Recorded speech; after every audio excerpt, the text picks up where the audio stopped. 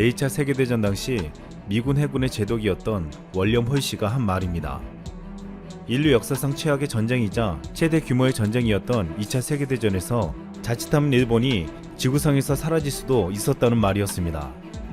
당시에 쉽게 상상하기 힘든 엄청난 계획이 준비되었는데 과연 무슨 일이 일어났었는지 지금부터 살펴보겠습니다. 2차 세계대전은 독일, 이탈리아, 일본의 추축국가, 영국, 미국, 프랑스, 중국, 소련 등 연합군이 맞서 싸운 전쟁입니다.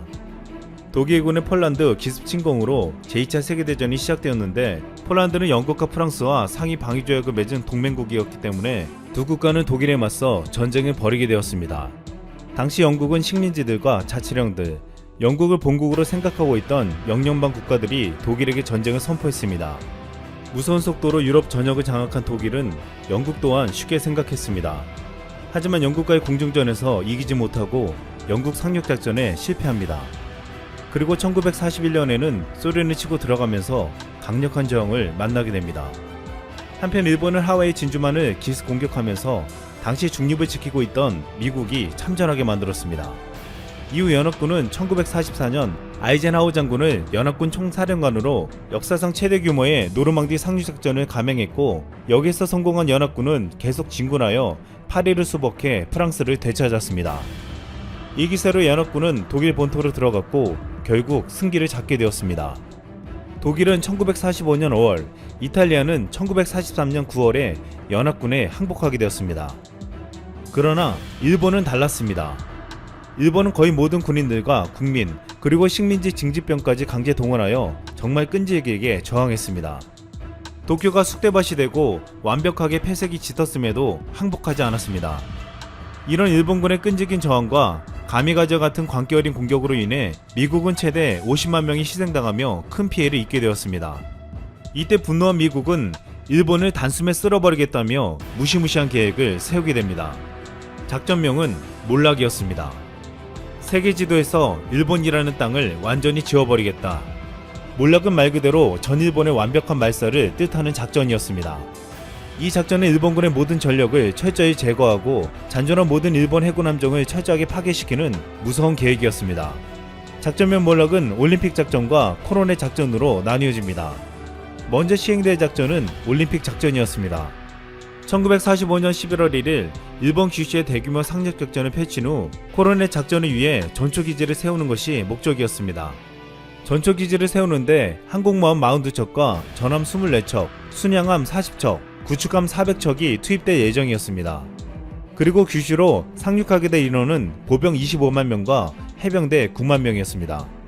올림픽 작전이 예정대로 되면 미국은 1945년 말부터 다음 해까지 코로네 작전을 실행할 계획이었습니다. 코로네 작전에는 75척의 항공모함, 구축함 380척, 호위함 400척이 동원될 예정이었습니다. 여기에 72만 명의 보병까지 더해져 도쿄에 상륙하겠다는 것이었습니다. 사실상 여기까지는 아무것도 아니었습니다. 상륙 후에 미국이 시행할 계획은 정말 놀라웠습니다. 상륙지를 제외한 10개 주요 도시에 원자폭탄을 투하하는 것이었습니다. 일본의 농지에 약품을 살포해 생산 불능으로 만들어버립니다. 그리고 일본 전역을 7,500대의 폭격기로 초토화시킵니다. 말 그대로 일본의 지도상에서 완전히 없애버리겠다는 것이었습니다. 만약에 이 작전이 실행되었다면 당시 8천만 명의 일본인 중 5천만 명의 일본인이 사라질 것으로 예상되었습니다. 2차 세계대전 6년 동안 생명을 잃은 사람이 5천만 명이었는데 이 숫자와 거의 동일했습니다. 미국은 마치 2차 세계대전에서 희생된 사람의 숫자만큼 일본의 책임을 물을 참이었습니다. 작전이 끝나면 일본 땅은 기어와 잔여 독가스, 엄청난 방사능으로 사람이 살 수 없는 땅이 될 것이라고 했습니다. 또한 미국을 포함한 연합국들은 이 작전 이후 일본 땅을 분할 통치할 계획까지 세워놓았습니다. 미국과 영국, 중국과 소련이 4등분으로 나눠서 통치하는 것이었습니다. 일본도 미국의 본토 상륙작전에 대비해 겨뤄작전이라는 대응책을 세웠습니다. 1945년 3월 규슈에 전투사령부를 두고 만주국과 조선 등에서 약 90만 명의 병력을 모았습니다. 이들은 결코 적은 숫자는 아니었으나 대부분 신병에다 30만 명은 소총조차 없었습니다. 전투기 등 각종 항공기는 1만 대가량 보유했으나 조종사가 모자랐고 항공모함 6척과 전함 1척, 순양함 4척과 구축함 20척, 잠수함 40척이 남았지만 개전 이전과 비교하면 거의 괴멸 상태였습니다.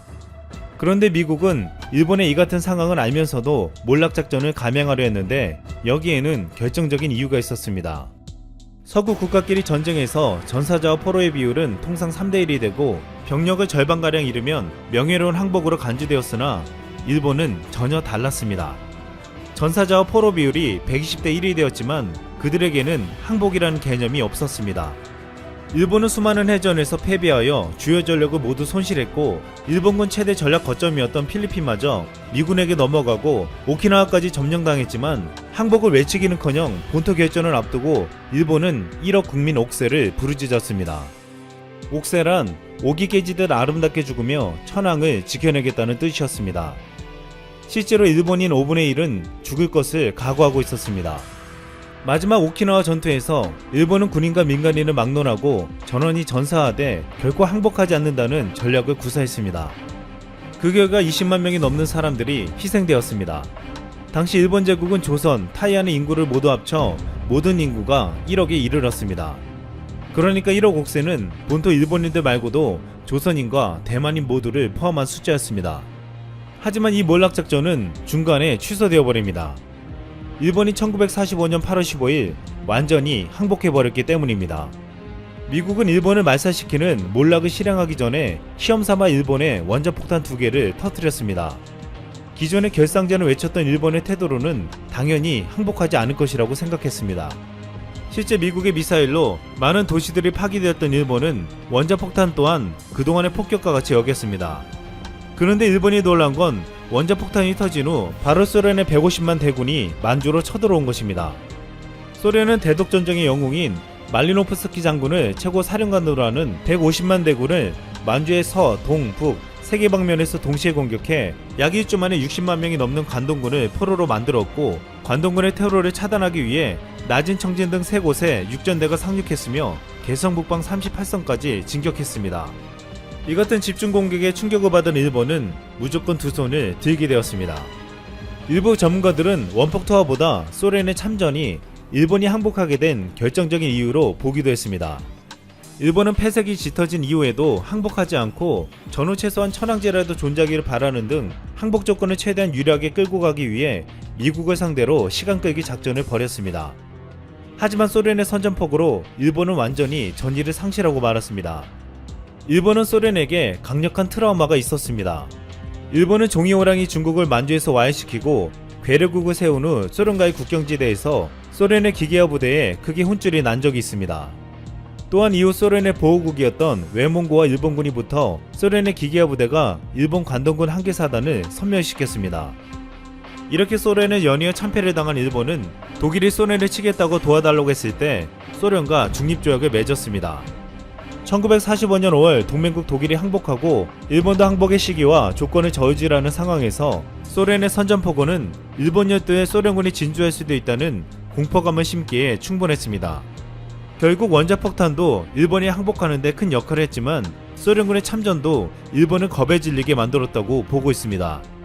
그런데 당시 미국 트루만 대통령은 왜 일본의 수많은 민간인 희생자가 발생할 것을 알고도 일본의 원폭투하를 결정했냐 하는 것입니다. 당시 목숨 걸고 항전하는 일본의 태도도 있었지만 그동안 일본이 벌여온 만행들 때문이라고도 보고 있습니다. 일본은 진주만을 기습하고 연합국 포로들을 잔인하고 처참하게 희생시켜 학대한 일본 놈들에게 보복을 해야겠다는 강력한 동기가 있었기 때문이라고 했습니다. 결국 일본 제국의 쇼와 천황 시로히토는 무조건 항복을 알리는 대동아 전쟁 종결의 조서를 읽어 라디오 방송으로 알렸습니다. 불과 1945년 8월 14일까지 1억 총 옥새를 외치던 일본 국민들은 천황의 항복을 듣고 8월 15일에는 눈물바다를 이루었습니다. 그리고 미군 제1진이 일본에 온 8월 28일에 이른바 1억 총 참여론을 꺼내들었습니다.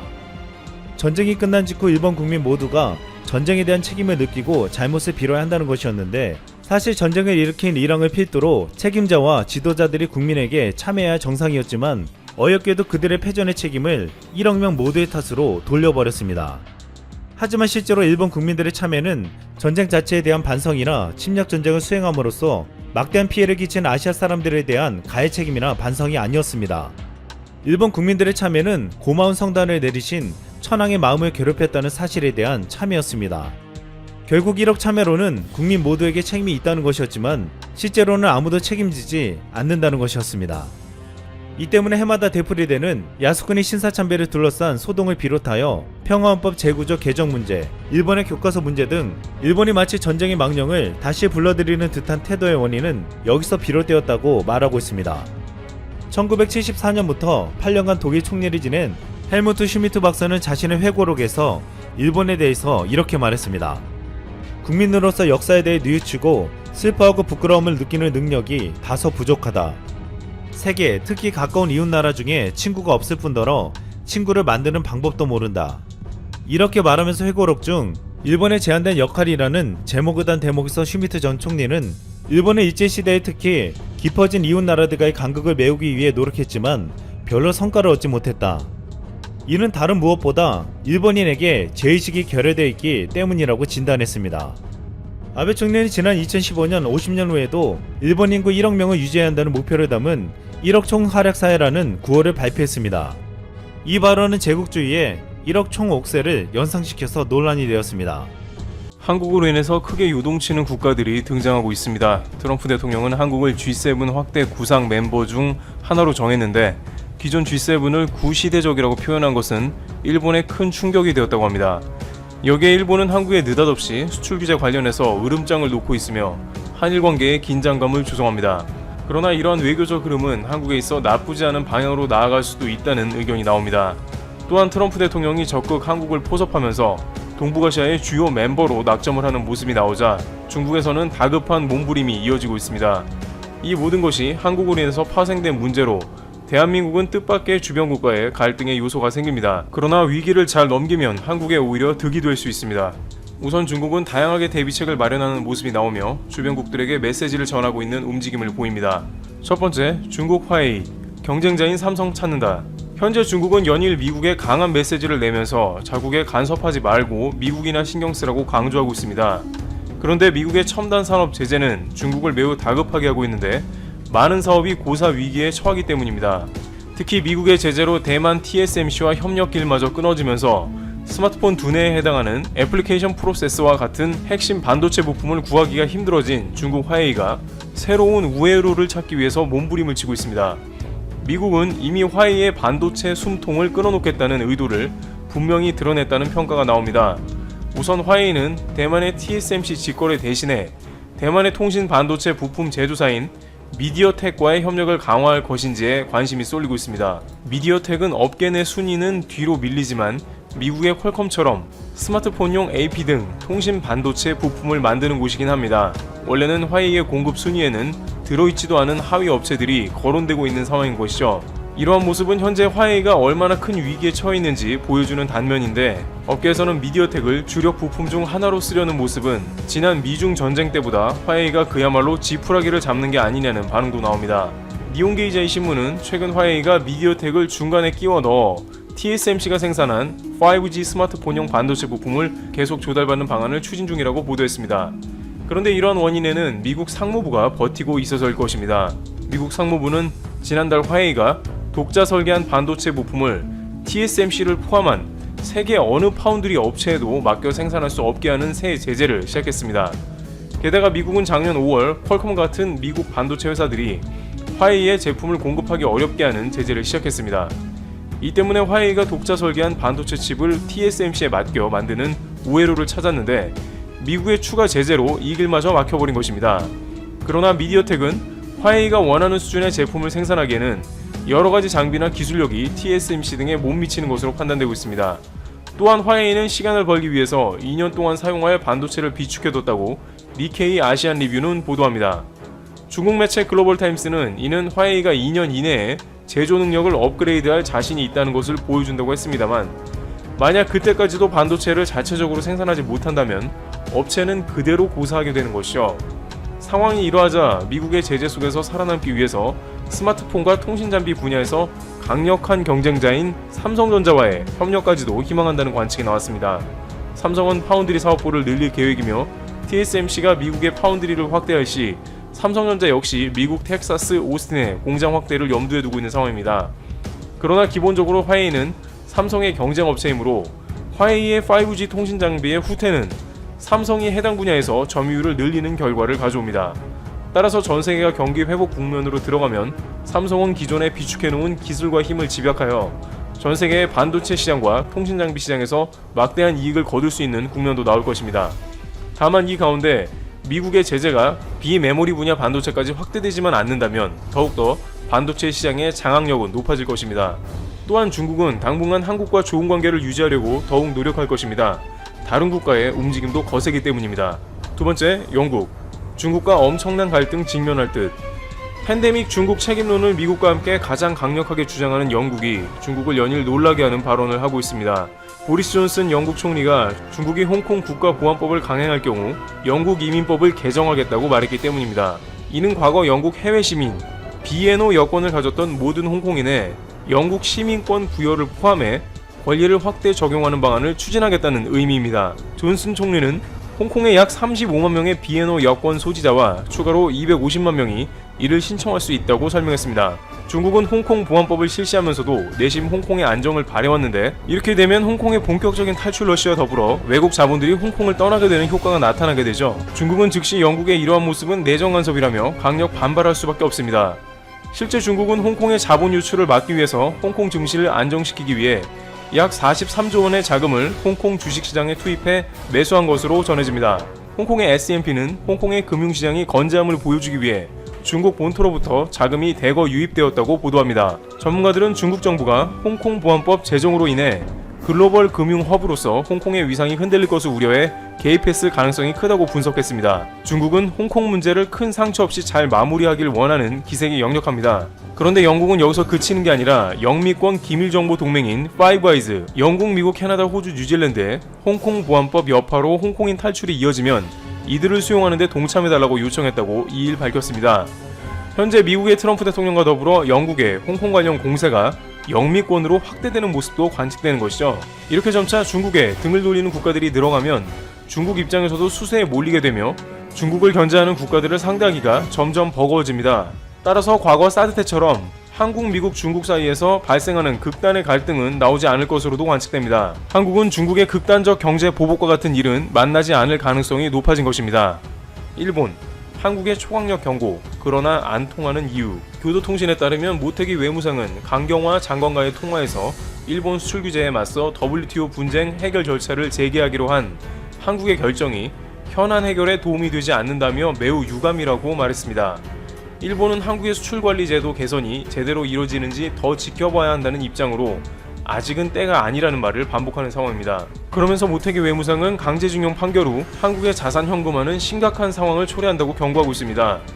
그런데 이렇게 일본이 다시 한번 한국에 으름장을 놓고 있지만 이러한 것은 오히려 일본이 다양한 국면에서 수출 규제 관련 힘이 빠진 모습을 보여줍니다. 일본이 큰일 난다며 경고하는 일본 자산의 한국 내 현금화 부분도 일본에서 보복을 한다고는 하지만 일본은 한국에서 막대한 흑자를 얻는 국가이기 때문에 무역이나 다른 방안으로 보복을 한다고 해도 이번 수출 규제와 같이 한국의 불매운동을 부를 뿐입니다.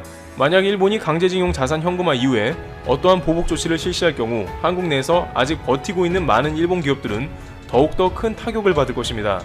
실제 일본이 수출 규제로 가장 크게 손해를 입은 것은 한국 국민들이 벌인 불매운동의 효과이기 때문에 앞으로 한국에 대한 또 다른 보복 조치가 이어졌을 때 일본은 한국 시장을 거의 포기해야 할 수도 있습니다. 여기에 일본의 또 다른 보복 조치로 인해 한국이 지소미아를 종료해버리면 미국은 한일 양국을 다시 조율하려고 본격 양국을 압박해올 것입니다. 이날 모태기 외무상은 강경화 장관과의 통화 중에 이견을 계속 보였지만 북한 문제에 관해서는 계속 협조를 원했습니다. 결국 지소미아 종료는 일본이 가장 꺼리는 부분이기도 하므로 일본이 한국에 추가 보복 카드를 꺼내는 문제는 매우 곤란할 것이라는 예상도 되는 부분입니다. 네 번째, 한국 G11 되면 일본은 못 건드린다. 일본에서 한국이 G7 추가 멤버로 정식으로 들어가는 것을 어느 정도는 꺼려한다는 것을 짐작은 하고 있습니다만 일본 내부에서는 적지 않게 속이 상한 모양새입니다. 산케이의 경우에는 일본 정부가 G7 확대 발언에 관해 미국 측의 진위를 끝까지 확인하겠다는 생각이라고 전했습니다. 왜 끝까지 확인을 해야 하는지 궁금한데 이것에 관해서는 일본의 존재감이 떨어질 수 있다는 것입니다. 마이니치 신문은 만약 G7을 G11으로 재편하는 경우 아시아 참가국이 한국, 일본, 인도 3개국으로 단번에 늘어나서 일본의 존재감이 급락하는 것을 우려한다고 전합니다. 또한 이것은 괜히 중국에 불을 붙이는 게 아니냐는 것이죠. 일본 외에 한국, 인도 등을 포진시켜서 중국을 포위하는 모양새인데 일본은 이러한 중국 포위망이 미중 대립을 좀 더 격화시킬 것이라는 안타까움도 전하고 있습니다. 외교 전문가들은 일본은 중국에 관한 걱정보다 아시아 유일 G7 멤버인 일본의 목소리가 약해지는 게 걱정이라고 말합니다. 또한 결정적으로 이것은 한국의 외교 파워가 예전보다 한층 상승해 함부로 대할 수 없는 국가가 되는 것입니다. 일본은 다양한 국제소송이나 수출 규제와 같은 황당한 조치를 한국에 계속해서 보여주고 있었는데 이러한 배경에는 오히려 자국이 G7에 속한 강대국이라는 인식도 어느 정도 작용한 게 아니냐는 의견도 나오고 있습니다. 따라서 강대국 동맹체에 한국이 합류한다면 예전과 같이 일본에서 터무니없는 조치들을 한국에 취하는 흐름은 상당히 완화될 수가 있는 부분입니다. 또한 강대국 네트워크로 뭉친 상황인데 이 가운데 회원들 간의 불협화음이 발생하면 미국 등 기존 G7 멤버들이 한일 간의 문제를 조율하려고 들 것입니다. 당장 중국을 상대하는 구상 가운데 동맹을 결성한 것도 한 원인이라면 내부의 문제가 생기는 것은 미국에서도 문제를 삼을 수 있는 것입니다.